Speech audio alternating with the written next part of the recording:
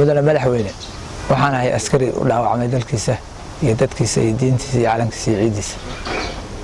waxaan u dhaawacmay malihii oo xabaddu igu dhacday ka caban maayo laakiin waxaan ka cabanayaa ama aan ka hadlayaa maxaan kuwa caafimaadka helay siday caafimaadka u heleen ilaahay baa caafimaadka bixiye anigu waayay maxaa kuwa baasaboorka loo sameeyey aniga iga gooniyahoo la iga reebay oo iga fadilay laba gacmood buu leeyahay qofku ku shaqaysto oo midig iyo bidixna daacish baa igu dhufatay waxa kale midigna waxa igu dhufatay al-shabaab midigtina waxa igu dhufatay daacish 12 saac baan geed hoosta ku jiray geedka hoostiisa waxaan ka baxay 45 daqiiqo hal saac habeenimo oo dhiman 15 daqiiqo intaas waxa aniga energy aan isticmaalay marka waxaan cabay kaadidayda marka waxaan cabay dhiigayga dalkii aan soo cabay kaadidayda iyo dhiigayga dhuuxayga iyo dhiigaygana u shubay in maanta waxa kale caafimaadkaygii lama soo maasaqo habeen ilaahay keenana irbad waxaan baabiya karjibina ayaan ku seexdaa magacaygu waa Cabdiqaadir Shaafici Xasan Xaaji Cali Baale waxaan ka tirsanahay guutada labaad gaar ahaan ururka liyaada magnet ee ciidanka daraawiishta difaaca Puntland ee ku soo dhaawacmay hawlgalka Calmiskeed Togobaalade waxaa soo dhaawacmay bishii 7 dhamaadkeedii haddii aan soo dhaawacmay dhaawacay waxa la qaaday magaalada liyaada Muqdisho xamar Muqdisho waxaan ku maqnaa muddo 4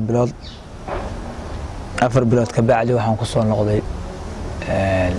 Puntland Garowe waxa kan leeyahay Muqdisho iga soo hagaagay oo dhaawacayga ay ka soo qabatay ama caafimaad aan kala imidna ma jiraan haddii aan Garowe imidna waxaan ku nimid Garowe 18 aan jabcihii saddexaad waxaan ku nimid abar madaxweyne dowladda Puntland Saciid Cabdullaahi Dani amarkiisaan ku nimid amarkaasoo ahaa wixii dalka wax looga qaban karo askarta dhaawaca in looga qabto wixii aan looga qaban karin dalka dibadiisa loo dhigo inta iyadoo cuslay ciidanka halka ka yimid waxaan ahay 4 nin oo xagga waxba looga soo qaban waayay intooda kale waxa ay rag baan iyo wax kale yeesho fashilka xasaas u baahan ragayga marka xagga waxba looga soo qaban waayay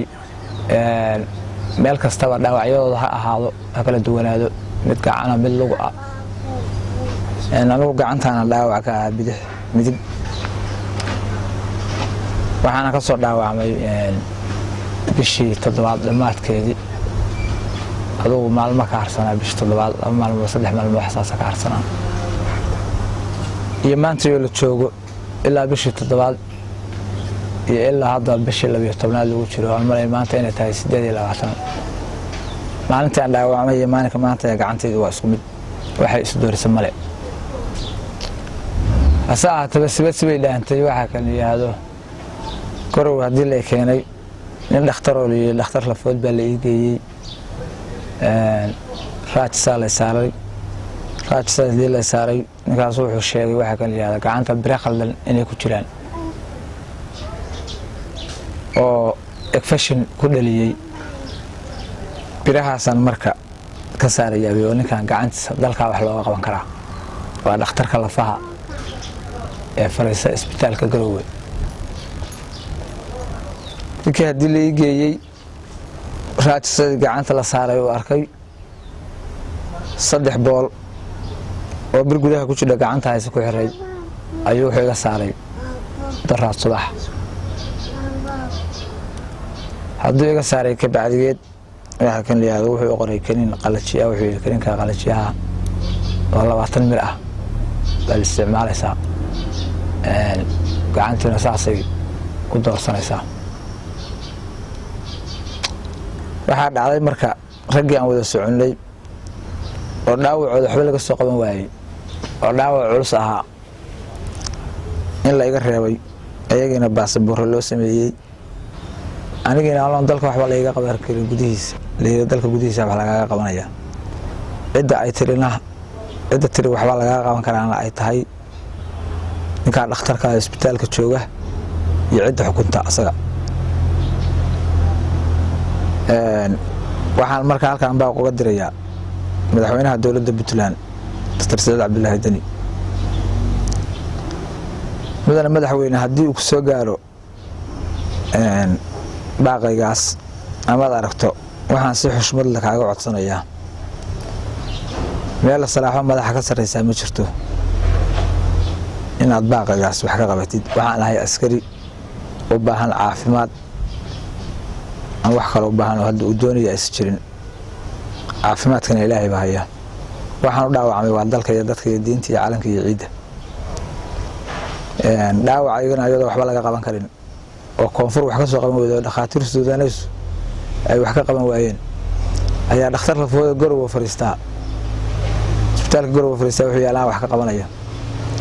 wuxuu iga qabtay iyo wuxuu ii taray iska daayay birihii xamar leega soo galiyay qayb kamid oo igala baxay 3 bool buu daraad subax iga furtay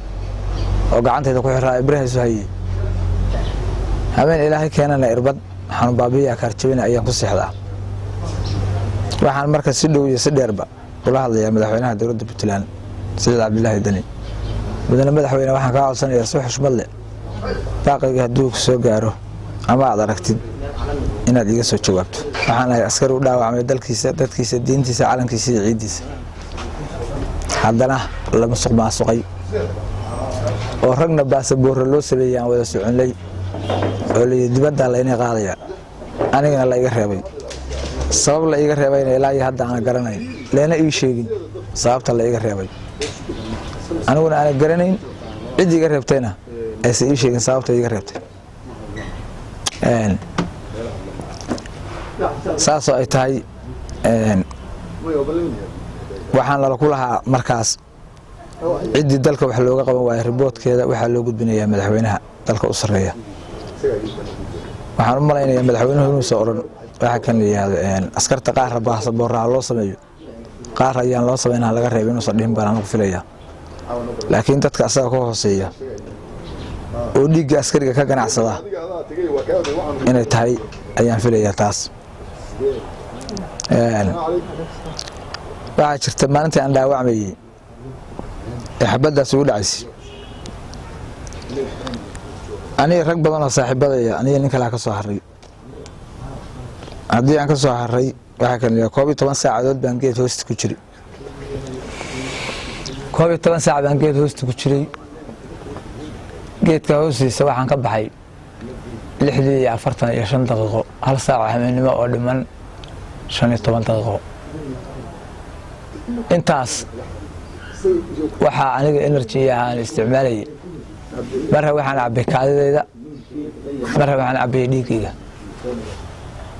dalkii aan soo cabay kaadidayda iyo dhiigayga dhuuxayga iyo dhiigaygana u shubay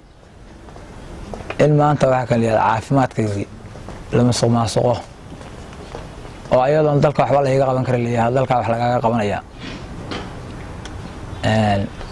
waa nasiib darro horta wixii waxa kan leeyahay dameer damqada leh ummadda reer Puntland shicib iyo dawladba golaha wasiirada xildhibaanada madaxweynaha dalka u sareeya madaxweyne ku-xigeenka waxaan ka codsanayaa si xushmad leh askari baan ahay dalka u dhaawacmay soo halgabay dhiiggiisa iyo dhuuxiisa oo soo shubay laba gacmood buu leeyahay qofku ku shaqeysto oo midig iyo bidixna Daacish baa ay u dhufatay waxa kale midigna waxa ay u dhufatay al-shabaab midigtina waxa ay u dhufatay Daacish intaasna waxaan u sameeyay oo lixaadkii aan ku waayay waa sharafka iyo karaamada iyo jiritaanka Puntland waa u dhaawacmay anigu kuwa naftoodii u horay oo waayay aakhira god ku jira waa shukri cala waajib maxaan u dhaawacmay ya maxaa xabadu ugu dhacday midna malihi waa loo dhaawacmay waa loo dhimanayay horteed baa loo soo dhaawacmay loo soo dhimanayay balse waxaan diidanahay oo aan ka hadlayaa waxay tahay musuqmaasuqa aan madaxdu ogeyn oo dadka ka hooseeya oo tugada ah ee dhiigga askariga ka ganacsada oo ku nool ay ugu sameeyeen baan ka hadlayaa kaasoo ah in raggii la socdayna baasaboorro loo sameeyey dibadda lacaga inta loo direeliyo orda baasaboorradiina soo samaysta oo isbitaalka hadda anigu aan ku jiro aan jooga ila joogaan iyagoo baasaboorka sugaya oo waliba la yidhaha muddo 14 cisho ama 20 beri aad sugaysaan baasaboorka anigina layga reebay layga reebo sabab la iga reebay inaan la ii sheegin haddana sidaas ay tahay wax caafimaad oo la ii qabtay iska daayay birihii xamar layga soo geliyey qayb ka mid a laygala baxay oo dhakhtarka lafaha garowga fariistaa ee ninka cadaanka ajnabiga anigu magaciisa ma aqaane uu igala baxay baraati kooris 3 bool buu igala baxay oo birta gudaha kaga xiraa boolish haddaan weydiiyan ku yiri sadahaysaana wax jawaab igama siinin asaa qaato bac kurtay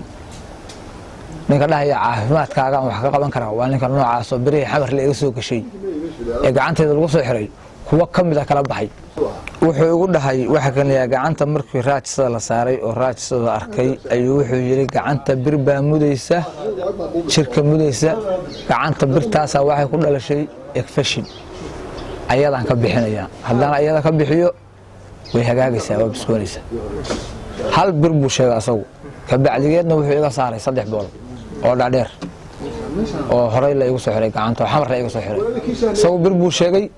tabadeedna wuxuu iga saaray 3 xabo oo boolal ah marka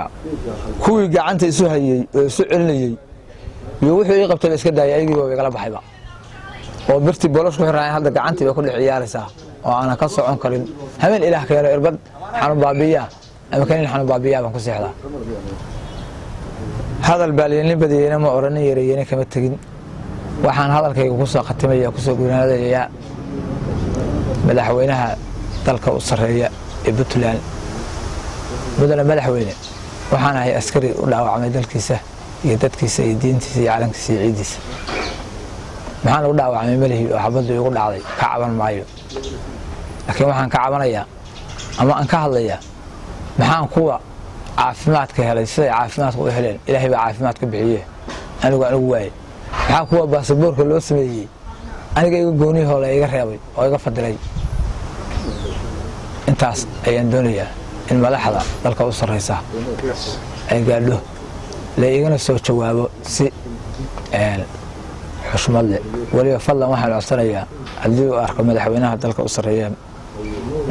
Said Cabdullaahi Dani cabashadayda ay soo gaadho inuu si xushmad leh waxa kan mas'uuliyad ku dheehan tahay waa madaxda dalka ugu sareeyay meel kale oo maanta waxa kan cid kale wax dib loogu noqonayo wax la weydiinayo cid asaar baan ka sareysa ama loo camal lahaa ma jirto inkastoo ay wanaagsantaan qof walba inuu Allah u unta u cabto haddana waa madaxda dalka u sareeyay waa madaxweynaha dalka